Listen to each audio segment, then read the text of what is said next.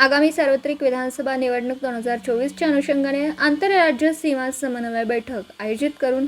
आंतरराज्य तपासणी नाके, घटकातील प्रलंबित अजामीन वॉरंट, भेटवस्तू साठा व वाटप, अवैध रोख रक्कम वाहतूक व मसल पावर, गुंडा व्यक्ती यांची माहिती सीमेलगत असणाऱ्या कर्नाटक राज्यातील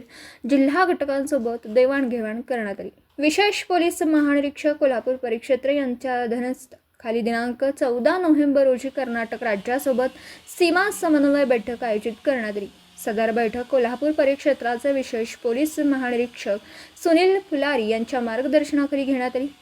यामध्ये पोलीस महानिरीक्षक बेळगावी परिक्षेत्र विकास कुमार विकास, पोलीस आयुक्त बेळगावी शहर मार्टी, पोलीस उपमहानिरीक्षक कलबुर्गी अजय कुमार हिलोरे,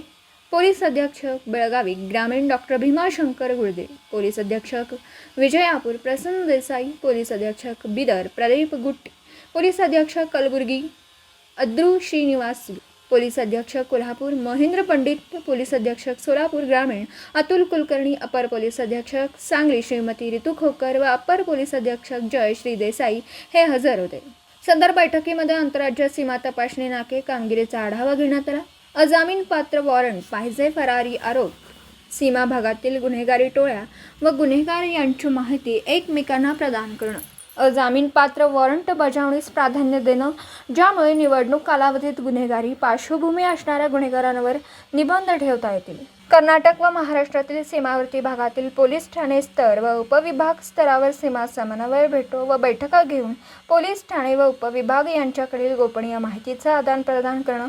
अवैध शस्त्र, रोख रक्कम, मद्यसाठा, गुटखा व अंमली पदार्थ यांची वाहतूक व साठा याबाबतची रिअल टाईम माहिती दोन्ही बाजूंकडून एकमेकांना पुरवणं, मतदानाच्या 72 तासांपूर्वी सीमावर्ती भागातील पोरस पॉईंट सील करणं, मतदान व मतमोजणी दिवशी कर्नाटक भागातील सीमावर्ती जिल्ह्यातील मध्य कोरडा दिवस घोषित करण्याचे,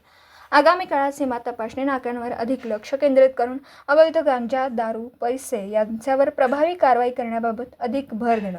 इत्यादी बाबींवर चर्चा व कृती आराखड्यासह ठोस कार्यवाहीबाबत चर्चा करण्यात आली. यासाठी दोन्ही राज्यांचे उत्पादन शुल्क विभाग, वस्तू व सेवा कर विभाग, प्रादेशिक परिवहन विभाग व वन विभाग इत्यादी खात्यांची मदत घेण्यात येणार आहे. दिवसभरातील घडामोडींचा आढावा घेण्यासाठी पाहत रहा N24 मराठी न्यूज चॅनल.